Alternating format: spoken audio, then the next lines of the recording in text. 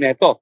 Ang alam ko lang, meron mga lugar sa Europe na kung gusto mo ng cocaine at heroin, pupunta ka lang doon sa designated area at estado magbibigay. Sa Europe po yan. Pero sa Amerika, alam ko, may mga ilang estado lang at saka ilang mga syudad na legal ang marijuana. Pero ang cocaine po, nananatiling pinagbabawal.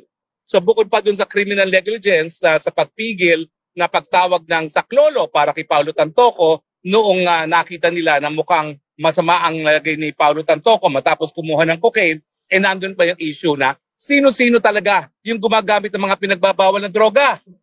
At siyempre, bagamat hindi pa conclusive doon sa police report na isa sa mga gumamit ay ang First Lady Liza Araneta Marcos, doon sa nakita kong police report, nandun positibo na na-identify siya na kasama ni Paulo Tantoco doon mismo sa kwarto kung saan na gumamit ng pinagbabawal na gamot, isa.